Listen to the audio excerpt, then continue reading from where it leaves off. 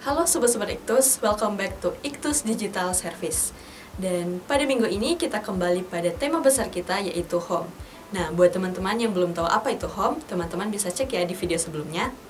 Nah, minggu ini kita akan membahas mengenai Church is My Home yang akan dibawakan oleh Tika Amelia. Nah, sebelum kita mendengarkan sharing dari Tika, aku mau ingetin lagi bahwa Iktus Community memiliki beberapa konten seperti Iktus Daily Devotion dan Iktus Digital Event. Nah, pada besok hari, tanggal 9 Mei, akan ada webinar yang akan mengangkat judul Penelitian Etnografi yang akan dibawakan oleh Dr. Sony Zaluku. Untuk info lebih lanjut, teman-teman bisa cek link deskripsi di bawah atau follow IG kami @iktus.community. Selamat beribadah teman-teman, Tuhan Yesus memberkati. Shalom Sobat Iktus. Hari ini kita mau ibadah lagi bareng kita di Iktus Digital Service. Dan kita mau menikmati hari Minggu ini bersama Tuhan dan kita mau masuk pujian.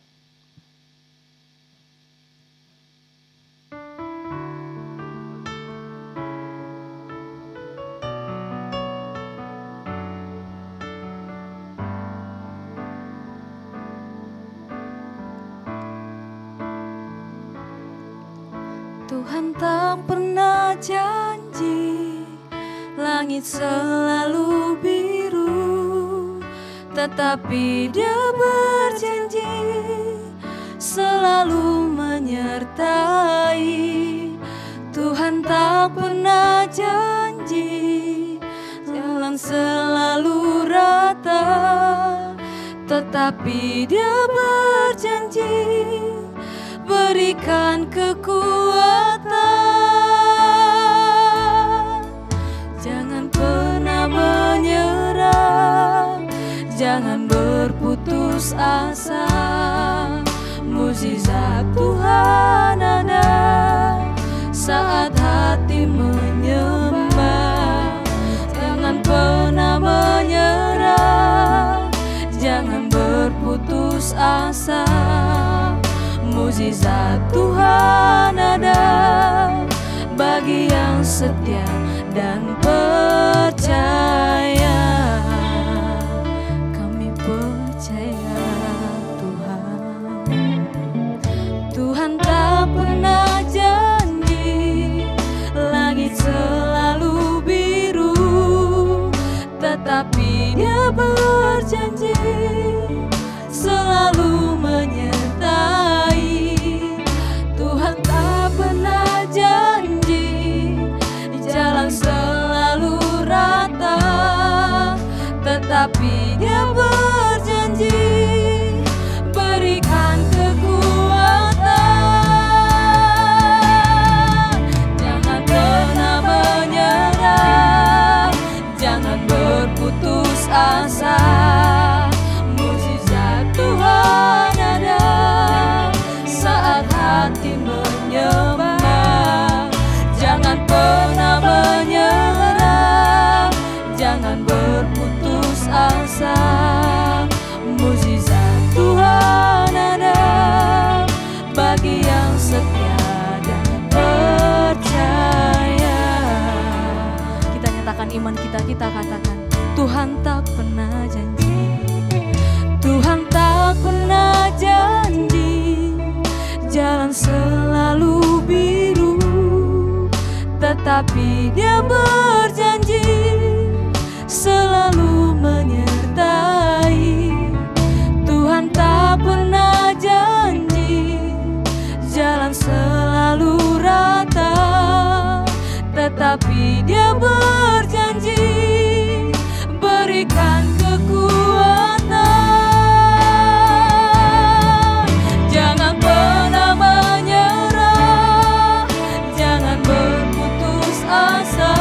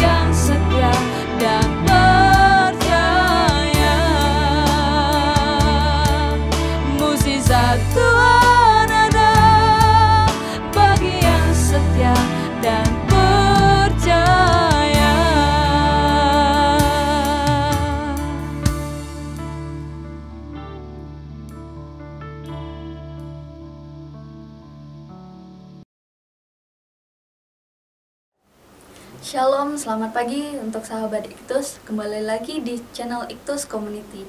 Apa kabar kita semua? Saya berharap teman-teman dalam keadaan yang sehat dan bersukacita. Nah, pada kesempatan kali ini saya berkesempatan untuk membahas judul Church is my home. Tapi sebelum masuk ke pembahasan, mari kita bersatu dalam doa. Kita tenangkan hati dan pikiran kita berdoa. Segala syukur bagimu Tuhan atas segala anugerah-Mu dalam kehidupan kami, sehingga pada pagi hari ini Tuhan kami dapat mendengarkan sebagian dari firman-Mu.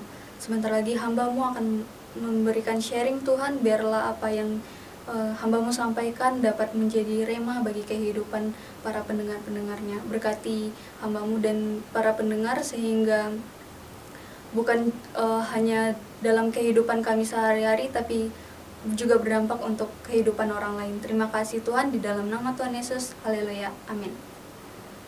Nah teman-teman, kata home dalam bahasa Inggris terbagi jadi dua, yaitu house dan home. Apa sih house dan home? House itu adalah menggambarkan tempat tinggal atau bangunannya. Seperti contohnya Presiden Amerika rumah Presiden Amerika yang disebut White House. Setiap presiden Amerika tinggal di istana berwarna putih. Sedangkan home diartikan sebagai tempat tinggal yang penghuninya memiliki pengalaman-pengalaman. Pengalaman-pengalaman itu terbagi jadi dua, pengalaman sukacita dan pengalaman duka cita. Artinya, pengalaman sukacita yaitu tempat di mana orang-orang bisa tinggal betah di sana. Entah betah karena persahabatannya, karena saling menghormati, karena saling menghargai, karena saling mencintai, karena saling merindukan, atau lain sebagainya. Nah, kebalikannya, kalau home yang berbentuk duka cita adalah di mana orang-orang merasa tidak betah tinggal di dalam rumahnya, yang seperti dalam keluarganya dia merasa resah, tidak betah tinggal di rumah, lebih betah tinggal di tempat lain. Nah, dalam Church is my home ini, orang-orang yang merasa betah tinggal di rumah karena sering terjadi pertengkaran, saling curiga, sulit untuk memahami dan menghargai, merasa menghadapi tekanan yang tak kunjung usai, dan hal-hal lainnya yang membuat resah anggota keluarga itu.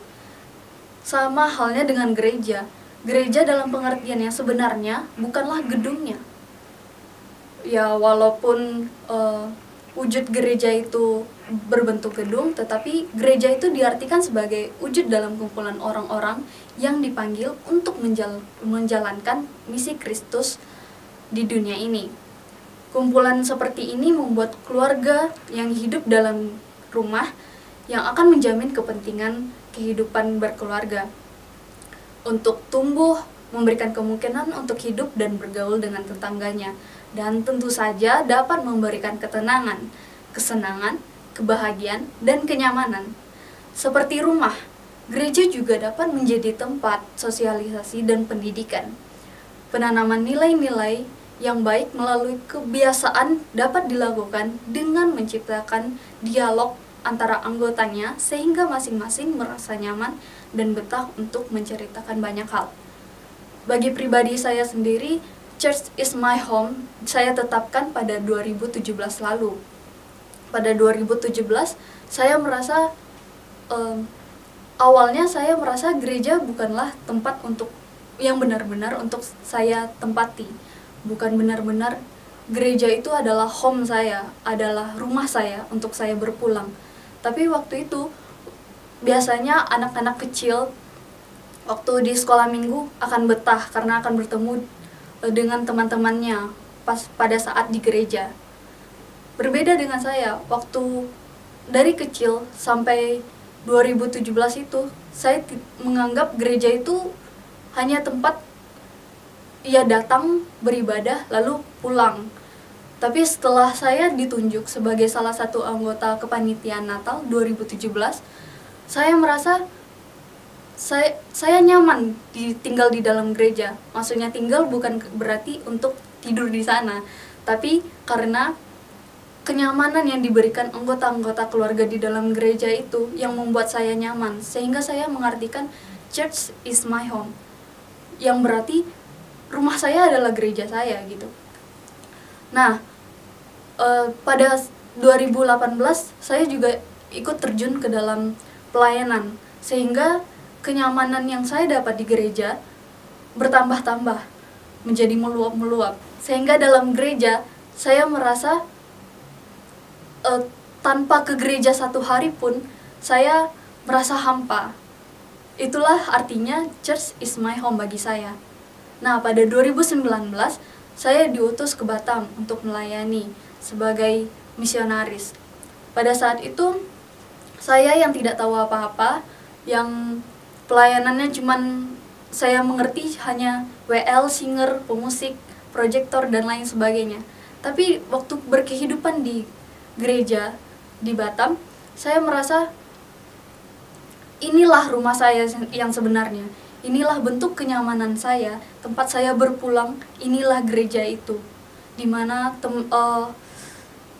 orang-orang berkumpul, orang-orang saling bercerita, berkeluh kesah, ada yang salah, langsung ditegur, ada yang menyimpang, langsung dinasehati, kayak benar-benar seperti keluarga. Tapi hendaklah gereja seperti itu, gereja yang dimana kita bersosialisasi dan mengembangkan pendidikan kita. Bersosialisasi di sini bukan untuk menceritakan keburukan orang lain, tapi karena bersosialisasi dalam artian kita saling membangun satu sama lain, kita saling menghargai satu sama lain, kita saling menghormati satu sama lain. Biarpun kita berbeda-beda, tapi dalam satu gereja kita telah dipertemukan. Karena kasih Tuhan kita dipertemukan di gereja dan kita dapat saling memahami. Nah, anggota keluarga ini memberikan kenyamanan.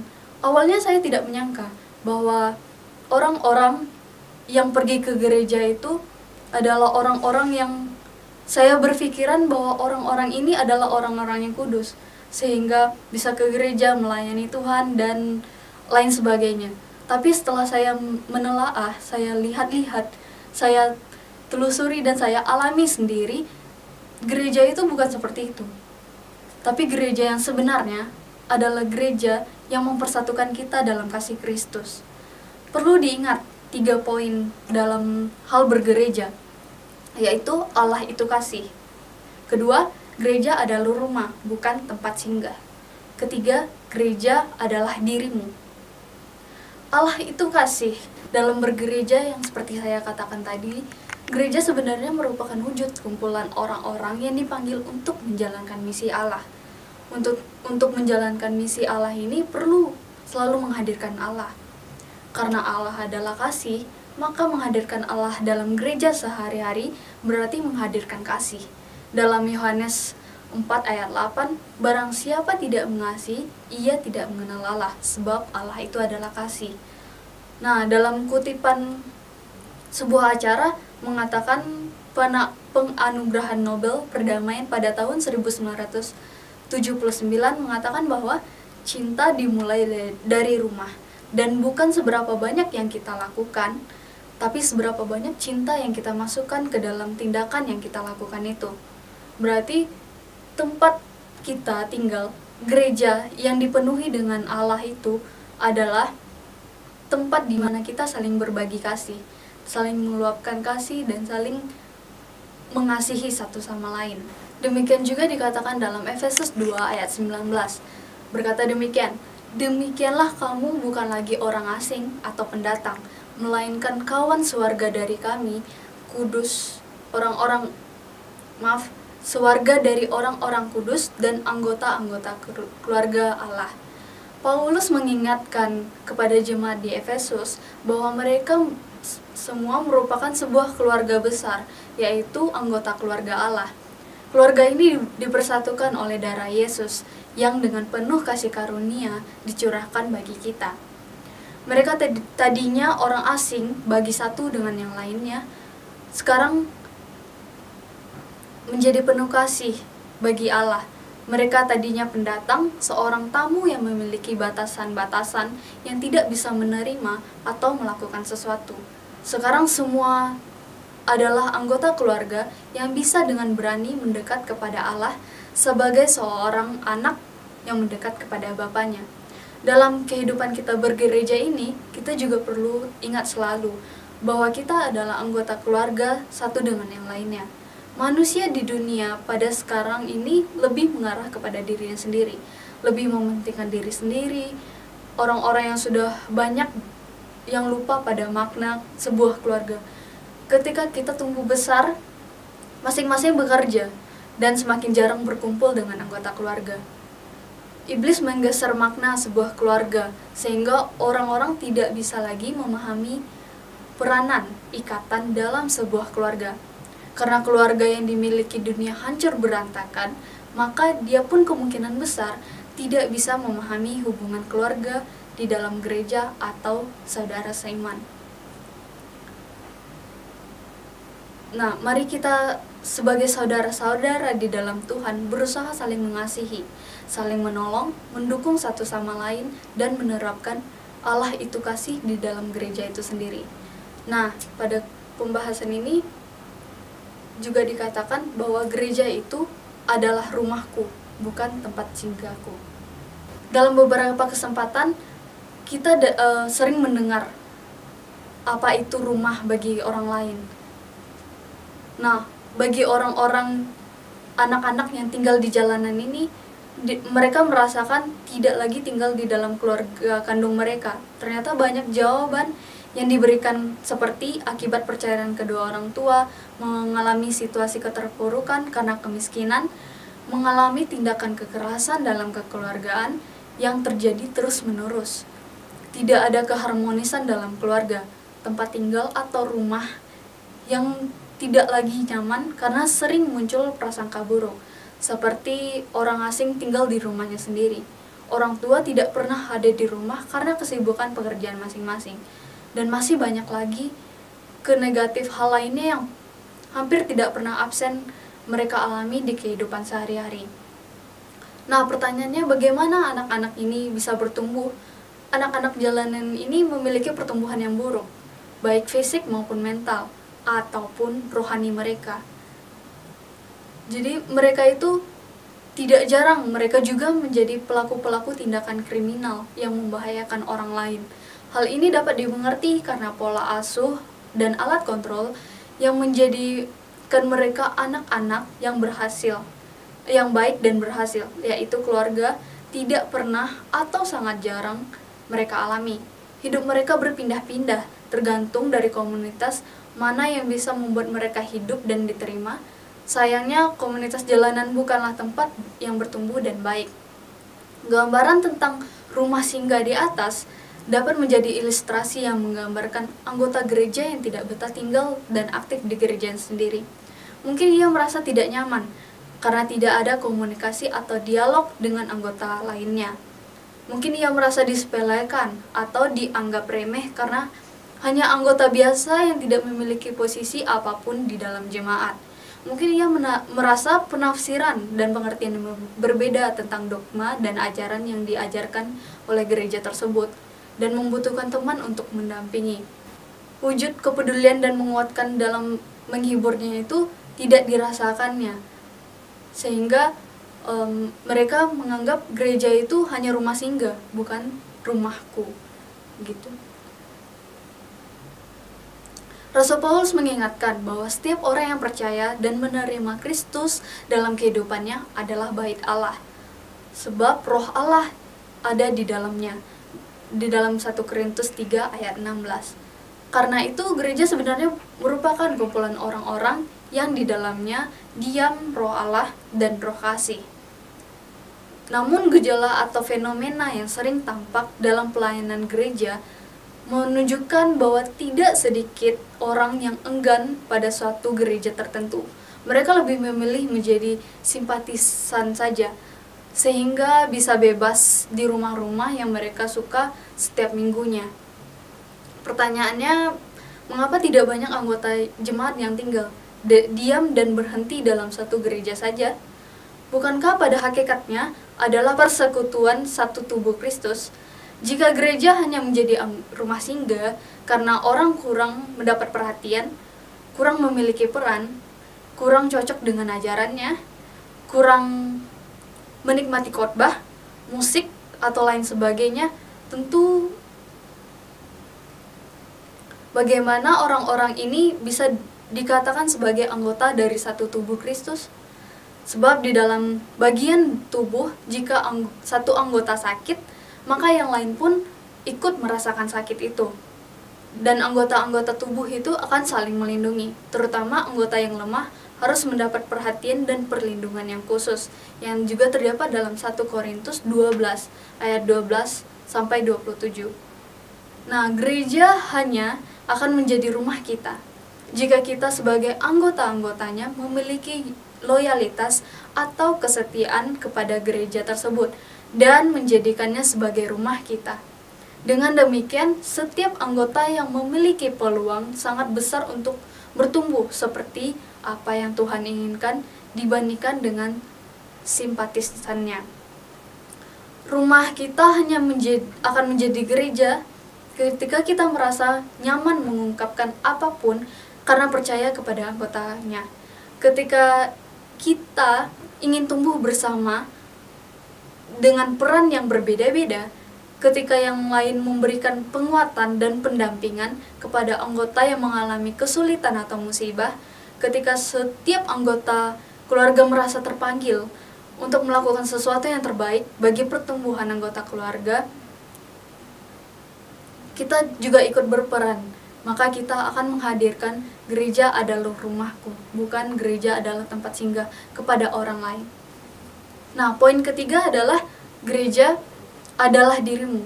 Gereja di sini yang saya maksud adalah tubuhmu sendiri, di mana kita semua ini adalah tubuh Kristus, yang dalam artian kata tubuh kita adalah gereja kita. Maksudnya gereja itu adalah tempat-tempat orang untuk memberitakan kebenaran tentang firman Tuhan, atau dengan kata lain memberitakan Injil. Nah, kita sebagai tubuh Kristus juga ikut berperan untuk memberitakan Injil tersebut kepada orang lain. Artinya kita bukan terpaku saja kepada gedung atau tempat di mana kita berkumpul, tapi kita juga harus